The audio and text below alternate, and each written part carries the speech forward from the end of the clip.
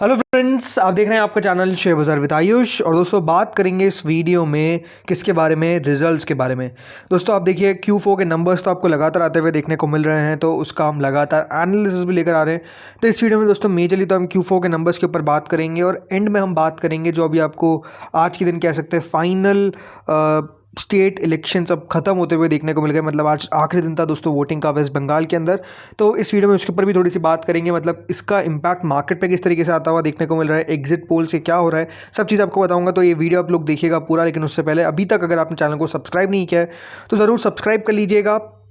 And also दोस्तों जो हमारा पहला वीडियो है वो ऑलरेडी अपलोड हो चुका है वेदांता के, जो याद रखिएगा अभी Q4 की अर्निंग्स निकल कर आई, तो उसको हमने याद रखिएगा डिटेल में समझा है, तो आप जाकर चेकआउट कर सकते हैं। हमारा जो दूसरा चैनल भारत मार्केट रेडार, इसको भी आप लोग बिल्कुल सब्सक्राइब कर लीजिएगा।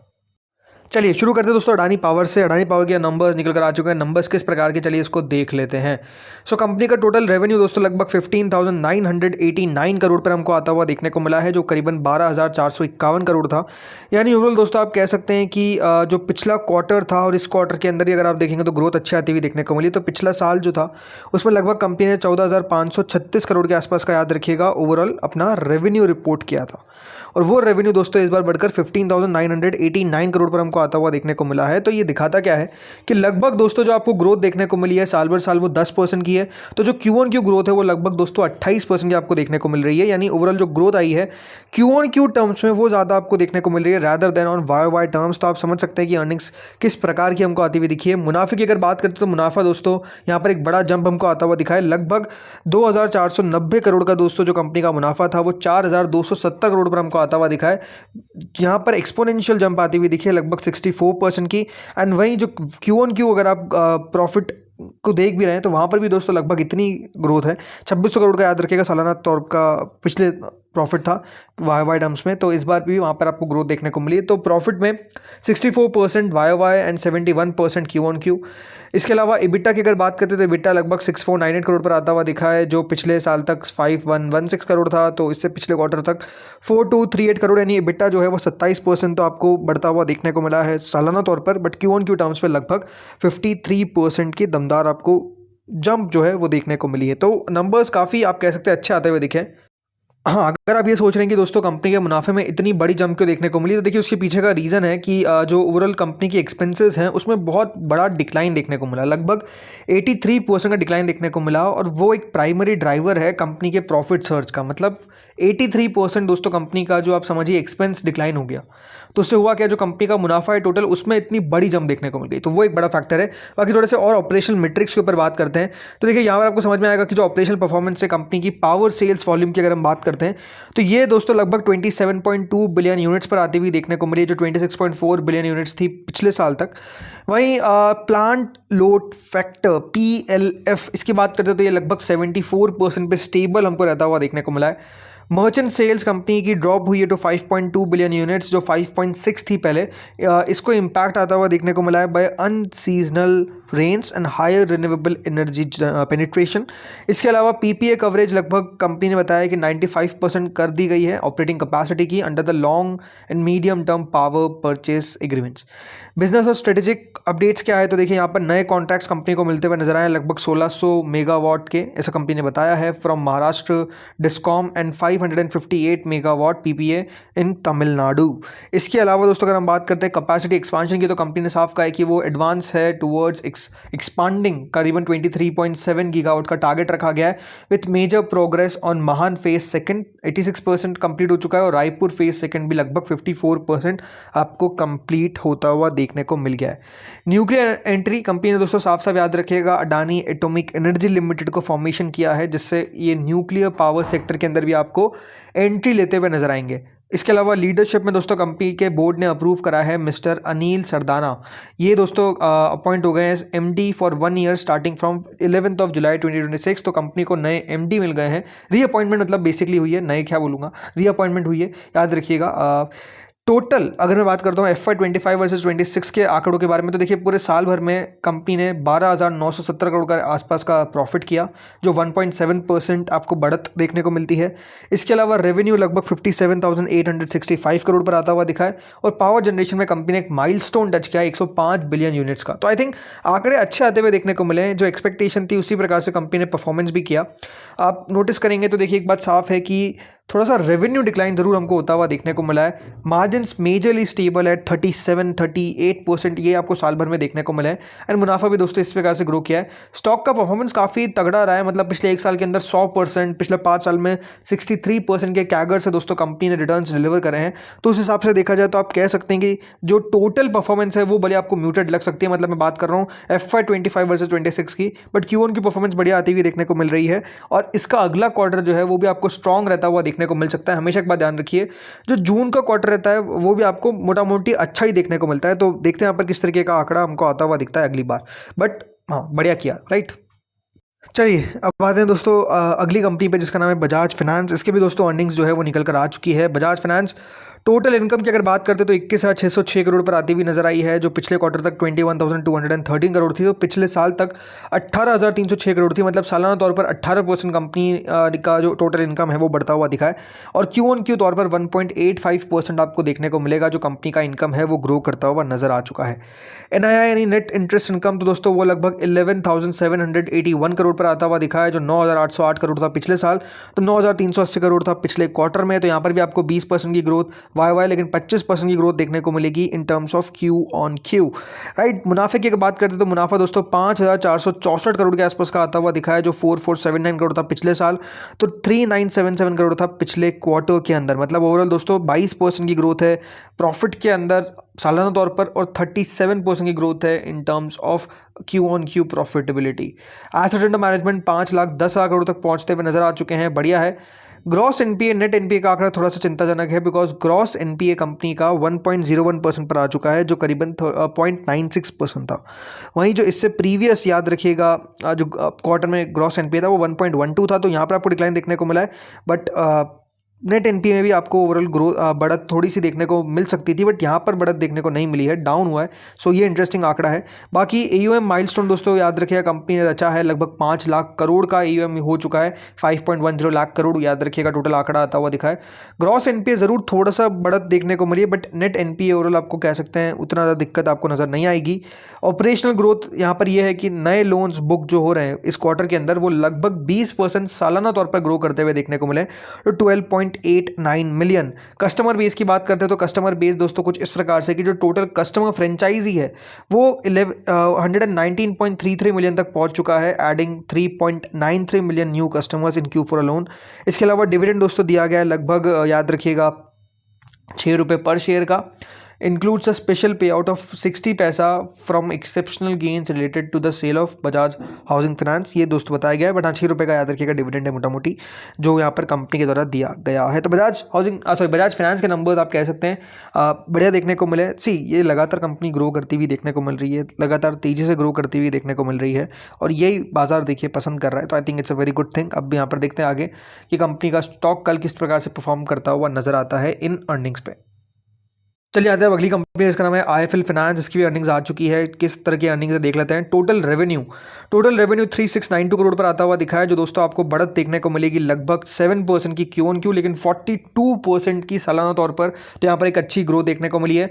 मुनाफे की बात करते हैं तो 623 करोड़ पर दोस्तों प्रॉफिट आता हुआ देखने को मिला है, जो 250 करोड़ था पिछले साल। तो इससे प्रीवियस क्वार्टर में 501 करोड़ यानी यहाँ पर आप देखिए लगभग 148% की ग्रोथ है YOY टर्म्स में, लेकिन Q-on-Q ग्रोथ है 24.3% की। लोन एसेट अंडर मैनेजमेंट लगभग 1,08,000 करोड़ तक पहुंच चुके हैं, यानी ओवरऑल दोस्तों 10% तो Q-on-Q ग्रोथ है, वहीं 38% YOY ग्रोथ आपको देखने को मिलेगी। ग्रॉस एनपीए की बात करता हूं 1.46% पे कंपनी आ चुकी है 2.23% से। तो आई थिंक बहुत बढ़िया आप कह सकते हैं यहाँ पर एक जो एनपीए उनको कम किया गया है, अच्छा आंकड़ा आता हुआ दिख रहा है। वही नेट एनपीए 0.73 पे है। इसका मतलब ये है कि लगभग दोस्तों 14 बेसिस पॉइंट तो Q-on-Q ग्रॉस एनपीए सुधरे हैं, और 77 basis point YOY। Net NPA 2 basis point Q-on-Q और 32 बेसिस पॉइंट YOY सुधरते हुए नजर आए हैं। की परफॉर्मेंस ड्राइवर्स क्या है? Gold loan momentum. देखिए ये साफ बताया जा रहा है कि जो गोल्ड लोन का एसेट अंडर मैनेजमेंट है वो 52,000 करोड़ को क्रॉस कर गया है, सर्च कर गया है वहाँ तक, यानी 150% की सालाना ग्रोथ देखने को मिली है, जो एक बड़ा फैक्टर है कंपनी की अर्निंग्स में। इसके अलावा एसेट क्वालिटी काफ़ी इंप्रूव होती हुई देखने को मिली है। For annual performance full fiscal 2026 के अंदर कंपनी का जो टोटल रेवेन्यू है वो 13,370 करोड़ से ऊपर है और मुनाफा 1,800 करोड़ से ऊपर आपको देखने को मिलता है।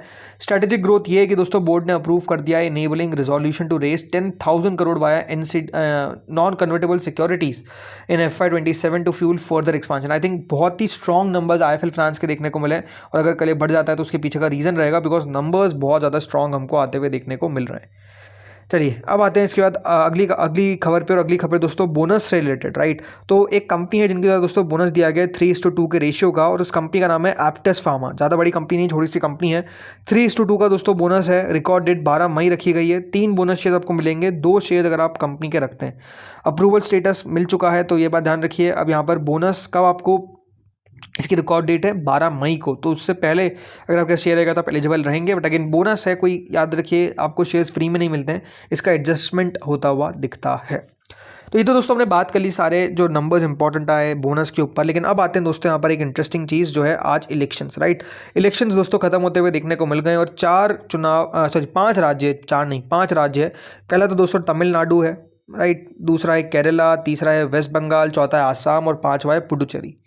तो 5 राज्यों के चुनाव के नतीजे आपको 4 मई को आते हुए दिखेंगे। लेकिन आज दोस्तों क्या आने वाला है, एग्जिट पोल, क्योंकि वेस्ट बंगाल का जो आज आखिरी चरण था और वो भी कंप्लीट हो चुका है। सो एग्जिट पोल्स अपने आप में देखिए बहुत इंटरेस्टिंग होगा देखना कि किस तरीके की सरकार जो है वो बेसिकली ये बनाते हैं।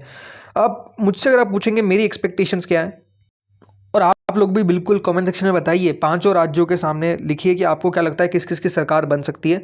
तो चलिए शुरुआत हम करते हैं तमिलनाडु से। मुझे लगता है कि दोस्तों तमिलनाडु के अंदर वापस से एक रिपीट देखने को मिल सकता है, मतलब जो सरकार है वहाँ पे डीएमके विद कांग्रेस जो है वो ही यहाँ पर आपको रिपीट करती हुई देखने को मिलेगी। बहुत पॉसिबिलिटी है कि डीएमके वापस से आपको तमिलनाडु के अंदर आती हुई नजर आ जाएगी।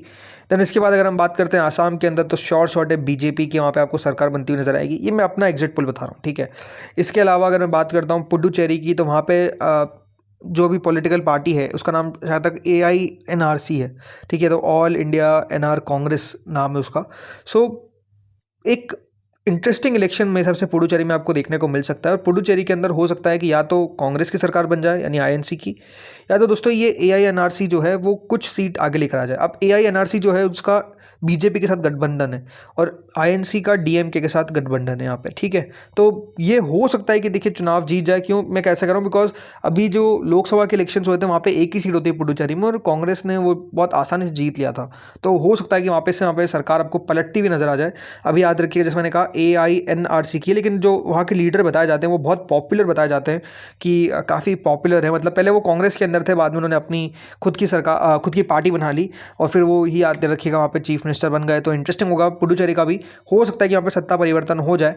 इसके अलावा अगर हम बात करते हैं केरला के अंदर, तो बहुत ज़्यादा हाई पॉसिबिलिटी है कि UDF जो जिसको कांग्रेस लीड करता है उसकी सरकार बनती हुई नजर आए। मतलब वहाँ पे तो देखिए CPM यानी जो कम्युनिस्ट पार्टी वर्सेस कांग्रेस की लड़ाई चलती है। होता क्या था वहाँ पे कि एक बार एक सरकार आती थी, एक बार एक सरकार आती थी, बट पिछली बार दोस्तों जो लेफ्ट की सरकार है वो वापस से रिपीट हो गई थी। तो बहुत सालों का कह सकते हैं कि जो चल रहा था कि एक बार वो सरकार आ रही है, एक बार वो सरकार आ रही है, वो तोड़ दिया था। तो वो बहुत इंटरेस्टिंग बात थी। बट हाँ, टफ फाइट हमको होती हुई देखने को मिलेगी। इसके अलावा वेस्ट बंगाल, आई थिंक ये एक ऐसा इलेक्शन है जिसके ऊपर सबकी नज़र है और सबको लग रहा है कि देखिए बीजेपी यहाँ पर पहली बार अपनी सरकार बना सकती है। देखो बीजेपी का क्या है ना, अभी जितनी भी यहाँ पे अभी इलेक्शंस हो रहे हैं, राइट, जो जितने भी स्टेट्स के अंदर मेजरली अगर आप देखेंगे तो बीजेपी आपको सिर्फ आसाम में देखने को मिलती है, जहाँ पे पॉसिबिलिटी की बहुत आसानी से वापस भी आ जाएगी। बाकी जो भी स्टेट्स हैं वहाँ पे आज तक दोस्तों बीजेपी ने अपने बलबूते पे कभी सरकार नहीं बनाई। अगर तमिलनाडु में भी याद रखिएगा वो सरकार बनाते थे तो उनका वो पार्टनर रहते थे किसके, AIADMK के, राइट। इसके अलावा अगर आप देखेंगे तो पुडुचेरी के अंदर अभी शायद तक बीजेपी है, बट वहाँ पर भी क्या आता है कि जो बड़े भाई की भूमिका है ना वो बीजेपी नहीं निभा पाती है, बिकॉज उनके पास इतनी सीट्स ही नहीं वहाँ पे। वैसे ही अगर आप देखेंगे तो केरला के अंदर तो बीजेपी मतलब अगर इस बार 0 से 5 सीट भी जीत जाए तो बहुत बड़ी बात होगी। मतलब हो भी सकता है खाता ना खुले, कोई बहुत बड़ी बात नहीं है। इसके अलावा तमिलनाडु के अंदर जैसे आपको बता ही दिया कि कोई पॉसिबिलिटी है ही नहीं कि बीजेपी वहाँ पे आपको बहुत बढ़िया प्रदर्शन करती हुई नजर आ जाए। मुझे तो बिल्कुल नहीं लगता, बिकॉज वहाँ पे एक और नई एंट्री हो चुकी है TVK की, तो वो क्या करती है वो देखने वाली बात रहेगी। बट इसके अलावा वेस्ट बंगाल के अंदर बहुत स्ट्रॉन्ग फाइट दी है, जैसा लगातार आप समझ सकते हैं जो न्यूज़ चलता हुआ नज़र आ रहा है। बट आई स्टिल फील कि मतलब ममता बनर्जी को हराना बहुत मुश्किल है, जिस तरीके से वो लगातार काम करती है और जिस तरीके से चुनाव जीतना उनको आता है। मतलब आप समझ सकते हैं कि 2014 के बाद बीजेपी ने कहाँ कहाँ सरकार नहीं बनाई, बट स्टिल बंगाल एक ऐसा जहाँ था वहाँ पे बीजेपी ने अपने आप को ग्रो किया, बट स्टिल सरकार नहीं बना पाई। तो आई थिंक इस बार हाई चांसेस है कि दोस्तों बीजेपी बहुत अच्छा कर सकती है, पिछली बार से तो अच्छा कर सकती है, बट देखते हैं फिनिश लाइन को क्रॉस कर पाती है कि नहीं कर पाती है। मुझे स्टिल अगर मैं कहता हूँ वेस्ट बंगाल को लेकर, तो मुझे लगता है कि टीएमसी वापस भी आ सकती है। मतलब एसआईआर को लेकर कह सकते हैं बहुत सारी चीज़ें हुई है, बट स्टिल आई फील कि टीएमसी अगर वहाँ पर आ जाती है तो मेरे लिए बहुत हैरानी वाली बात नहीं रहेगी। बीजेपी अगर आ जाती है तो वो थोड़ी सी मेरे लिए हैरानी वाली बात रहेगी, बट नो डाउट बहुत स्ट्रॉन्ग फाइट दी है बीजेपी ने, तो हो भी सकता है बन जाए। ये बात ध्यान रखिए, बीजेपी अगर आपको बंगाल में आती हुई नजर आती है तो ये मार्केट्स के लिए पॉजिटिव बात है। क्यों? बिकॉज बीजेपी एक ऐसी जगह पे अपना सरकार बना लेगी जहाँ पे आज तक नहीं बना पाए। आज अब देखिए मार्केट्स के अंदर बहुत बड़ी तेज़ी का कोई रीज़न नहीं था, बट वो तेज़ी हमको आती हुई क्यों देखने को मिली? बिकॉज मार्केट्स को ये लग रहा है कि जो बीजेपी है वो आपको अच्छा करती हुई नजर आएगी आने वाले चुनावों के अंदर। मतलब ये जो स्टेट इलेक्शंस हो रहे हैं, हो भी सकता है कि यहाँ पे सरकार बना ले, और अगर बना लेगी तो इससे तो बेहतर बात हो ही सकती है। तो आई थिंक इंटरेस्टिंग होगा देखना। अब देखते हैं आखिर होता क्या है। जैसे मैंने कहा, ये मेरे प्रिडिक्शंस है। आप लोग बताइए कमेंट सेक्शन में आप लोगों को क्या लग रहा है। इस वीडियो में इतना ही था। अगर आपको अच्छा लगा तो thank you friends for watching this video.